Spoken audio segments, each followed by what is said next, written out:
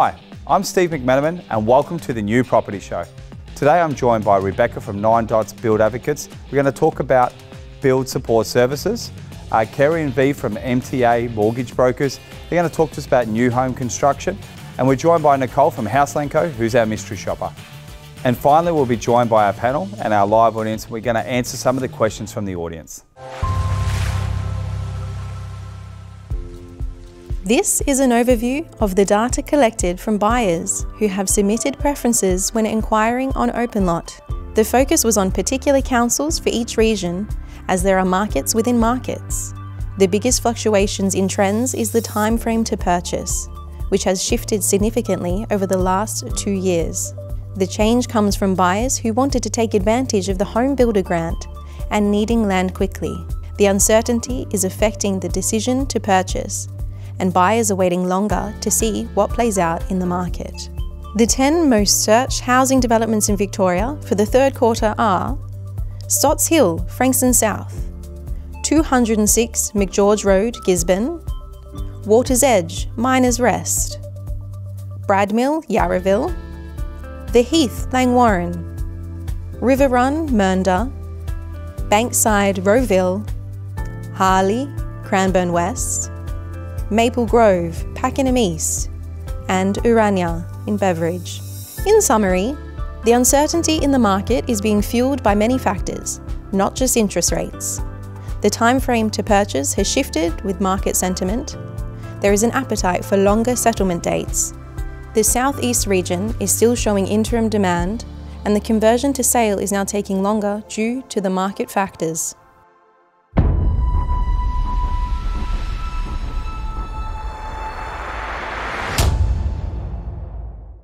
Welcome back, Nicole from Houseland Co. Thank you, Steve. It's been a little while now.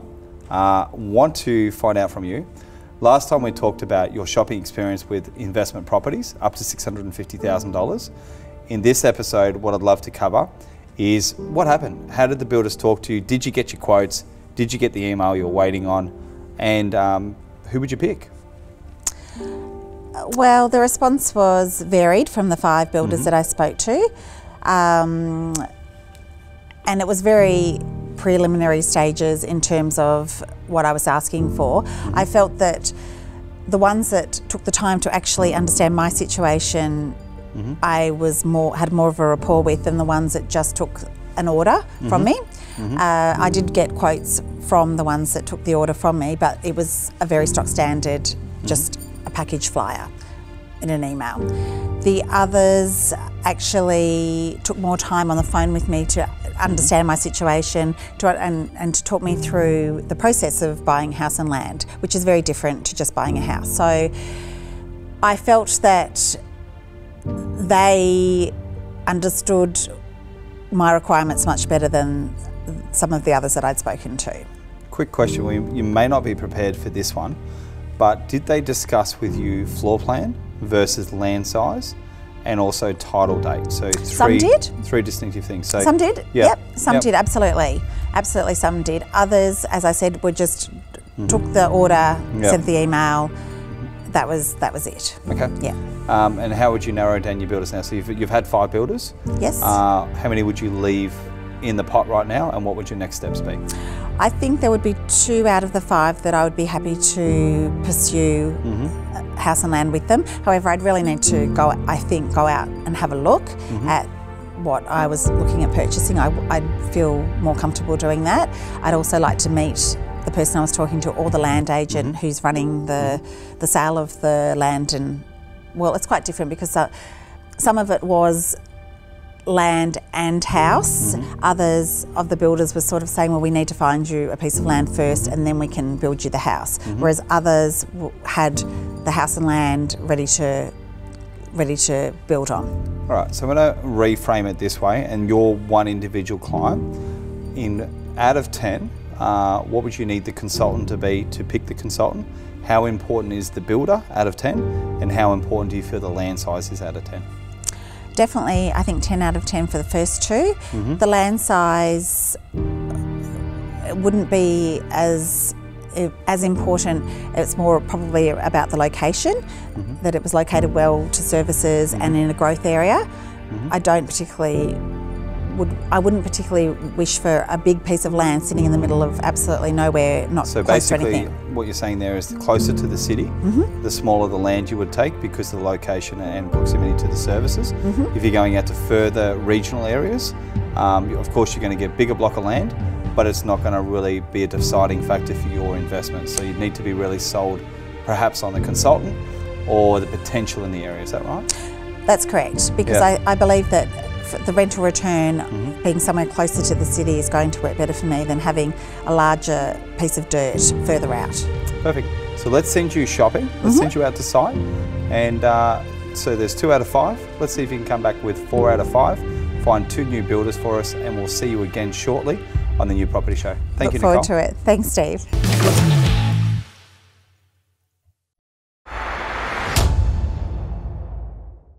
Joined by Kerry and V here from MTA Mortgage Brokers. Guys, thank you so much for jumping on the New Property Show. There's 2 years here today.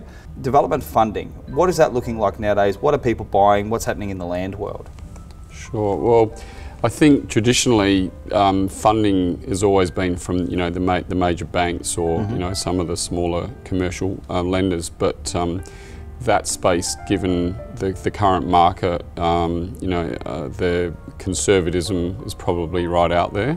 So traditionally, you're really looking at your non-bank lenders like La Trobe Financial, for example. They play a big space in the development portfolio. Think Tank, some of these smaller private sort of or small equity players. But private funding is really taking shape in our market for development. Okay, so what does private funding normally entail? Is that just a group of accountants and solicitors behind the scenes with a pool of money? What is private funding, and how would I guess a developer access that? Yeah, so there's many private funders out there, and I think that's one point to really emphasise is you need to make sure that you know who you're dealing with in private funding, because there are some big sharks out there.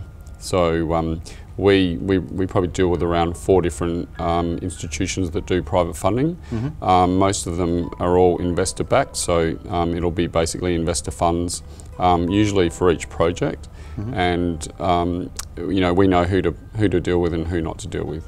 Perfect, because I think what I've seen before is not everybody wants you to get out of the deal. I think it's important to have an exit strategy. I've seen some of the caveats with developments I've done myself. Okay, so exit strategy. So most of the time you're going into a deal like a large land development. If we could just give a hypothetical here, what are they spending 10 million on a land development nowadays, or 20 million, and how many blocks are they cutting it up into? Well, look, we actually don't do finance for him, but we have a good friend of ours that he does many large projects, 20, 30, 40, $50 million, most out in the West, and just slices them up and then on sells it. Oh, perfect. So he's doing what's called developer. Is he going to DA and then to land bank? Land bank. For I guess the viewers watching, what is a land bank? I've got a few people here that have sent us a few questions in. They'd love to know what land banking is. So basically, we have few investors who buys land worth $50 million, $100 million, and it's a longer settlement, and then they wait for the land to be subdivided so that they can make like 10 times, 20 times the profit of what they invested. So basically, land banking is like waiting for the right moment until the property is eligible for subdivision, and then selling it in smaller blocks. Is that PSA? Is that what it stands for? Yeah. PSA? Yeah, correct. So with the PSA approval, some of those are typically 5 to 10 year investments. Is that the typical? Yeah, they can be, but what happens is some people actually they'll buy it for only 1 to 2 years, and then they'll still on sell it and make a reasonable profit and just turn it over. Guys, I want to thank you so much for joining us on the New Property Show. We have so much to talk about. Love to invite you back. And I'm sure there's a few developers out there that want to know more about land banking. Thank you so much. You're welcome. Thank you.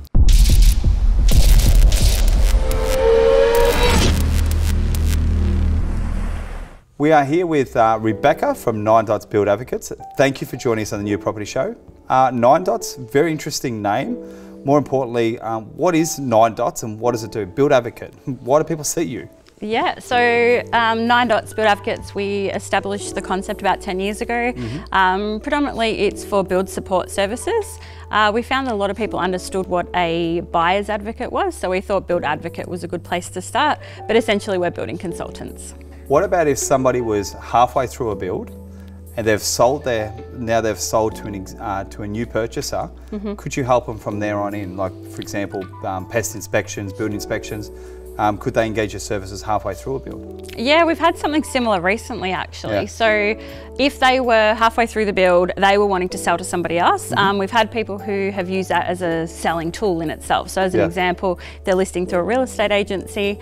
Some people may be hesitant to pick up a build halfway through, but if you know that that build itself comes with support and it's already been pre-checked with quality assurance through building inspections, sometimes that's a value add for a purchaser as well. So definitely can. Definitely think so as well. It's actually a really good selling tool. No joke, I actually really enjoy that. Okay, next one. I want to ask you, with the show, New Property Show, one of the things that comes up, we talked about land acquisition, you're helping out there, we're talking about getting finance right, but I think one of the most important things once you've selected the location is builder selection. How do you go about picking the right builder without having too much bias? And let's start with that, and then we'll talk about what should be included and what's not included in a build contract. Okay, no worries. So for us, builder selection comes down to understanding the client, what they're looking for. Once you unpack what it is they think they're looking for and what they're needing, a lot of the time, because you have these conversations regularly, you know where the gaps are. So you fill in those knowledge gaps. And then equally to that, because we do the due diligence and do that legwork in finding a builder for a client, it's about knowing the market and a builder's capacity at any given time. So it's about that alignment of a client's requirements and what a builder can deliver at any point in time. I think I did meet one of your staff recently. Might come from an architectural background. Yes. Is that correct? Yes, absolutely. So how important is it to have, I guess, an architect working behind the scenes, overseeing the plans? Is there any common changes that you guys are suggesting, or is that just an important part of your business that really makes 9 Dots successful? Well, funny you say that, because it wasn't actually a part of our business until recently. It just by chance that one of our newest build advocates has that design background. So for us, it was really important that, given that he had that sort of knowledge, that he wasn't actually implementing that on each client's build, because again, it's about what the client wants. So even though we can have all these amazing ideas and we get exposed to so many, you know, as you said, new trends, it's not about that. So for us, it's been really valuable having someone in-house that can be across the design and I guess touch on what's possible. And then from a design point of view, the buildability of it, so what it might cost for certain design, that's been valuable. But it's not something that we want to sort of push clients in a certain direction. So our job is, I guess, to make sure that their decisions they're making are considered. I think it's important to have just somebody to bounce off, but let's say that you're just a strong-minded individual, you want to go out and do it yourself, they haven't engaged 9 Dots services. A question I've asked some of the panel before is how many builders should they go and see to get a competitive quote themselves? And how much time would you invest in getting a quote if you're just a first home buyer? I don't think there's any set number, and I would hope if they're doing it themselves, they'll kind of know when it's a right fit.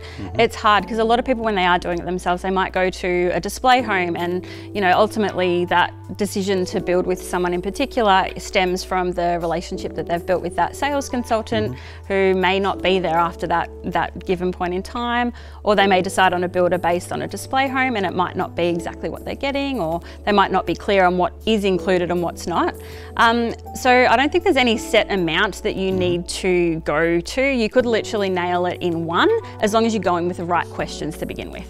Perfect. And what's 3 questions you'd give? 3 questions I would ask a builder? Yes. So behind the scenes, we ask very different questions, and the knowledge kind of gets built up over time, so you don't have to ask the questions as regularly. But one that I know many people don't do is ask for the builder's special conditions from their contract. That's generally, that piece comes so much later in the process. It can create quite a few stumbling blocks, like when we're doing contract reviews. A lot of the time people will say, if I had known that, I would have chosen a different builder. So that's one in particular.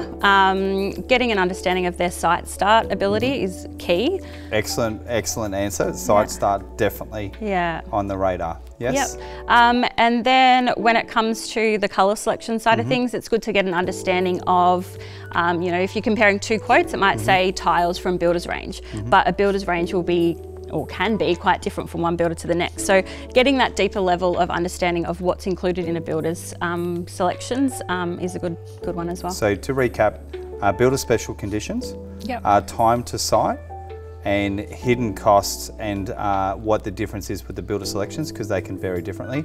So that'll be in the standard specifications typically. I think that's a fantastic answer. I think you got everything covered there. We're going to invite you back onto the show because we're going to talk about builder contracts and reviews, and there's some other services there. But I guess if I was to leave you with one thing, would be, what advice would you give a first home buyer going into the market right now for 2023? They want to get into their first home. What's 2 or 3 steps that they should take before going out to actually see the builders? What's their homework? So obviously finance is a big piece, especially these days, just to get across what their serviceability is in the current market. But I would probably say sit down and go through what you think you want included in the build, because as soon as you start that shopping process, you will end up getting a promotion and you end up with so many bits and pieces that you may not have wanted initially, and it gets away from you very quickly. So I think just do your research and get across what you actually want in your home, what's important to you, and that's a good place to start. Perfect. Rebecca, thank you for joining us on the New Property Show. You've been fantastic. We could talk for hours about this. Appreciate and look forward to having you on as a guest. No worries. Thanks, Steve.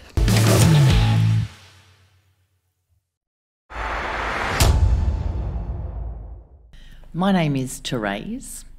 I am a business coach.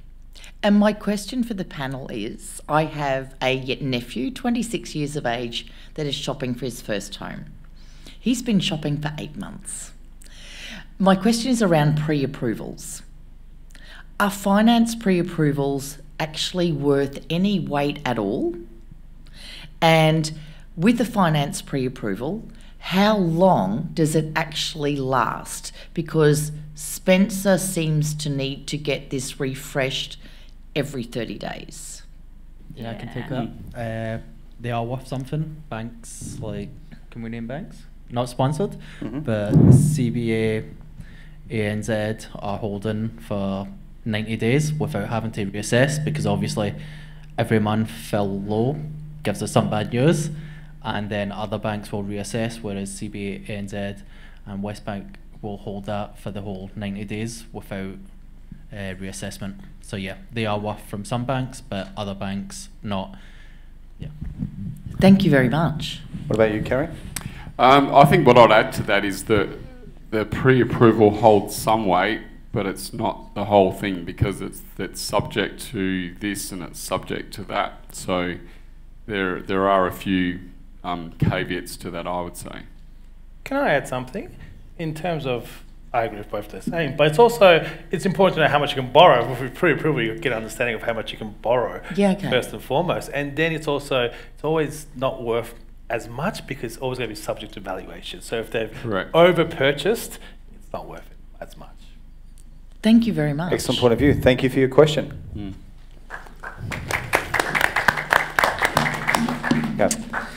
G'day guys, my name's Peter Karaglanis, Principal Presentation Strategist, presenting Homes Australia. I have a really good one for you. When building an investment property, how important is it to design a home for your ideal target demographic renter? Consider this: whether they're a small business owner, whether they're a trades business owner with equipment, whether they're professionals, or indeed large family with pets. I think that's you, Beck. I'll have a play. That's fine. So when it's an investment in general, I think it's super important to build something that is ideal for a particular investor. I think where the missing piece is knowing who that investor is. So you can get that general demographic and build to that, but you want to make sure that you're not being too specific where you're ruling out a bigger majority of the market. An example of that would be if you're building in an area that's an older demographic, you may want to steer clear of the double story just so you're not ruling yourself out for the older generation for rental. Sure. Peter, would you mind if I give you a couple of answers on that one? So, first of all, sometimes when considering investment, you also need to consider cultural needs. For some of our clientele, not Australian born, they may want lounge rooms to the front. So if you're building typically over in the west, some of the things you want to consider is essentially where the bathrooms are placed, the orientation of the home is really important. Also who's doing the meet and greet. So in some families, they like to invite people into the lounge room to the front and they'll have a master bedroom to the rear. Other things you need to typically, I guess, target, and the thing that came up in one of our previous episodes was this, is that if you're building for a larger family, shared bathrooms and en-suites are also important, but sometimes separately, some families need to separate boys and girls just due to cultural beliefs as well. So you may have 2 master bedrooms in a home built, so that could also be when you're building nowadays, you need to consider not just for your children, but your parents. A lot of parents are now moving in, so welcome back, parents. I'm also going to add one more answer to your question. If the question we always, I guess, perceive is based on a metro question, considering that each state has a large regional area, I'm now going to answer that question based on regional.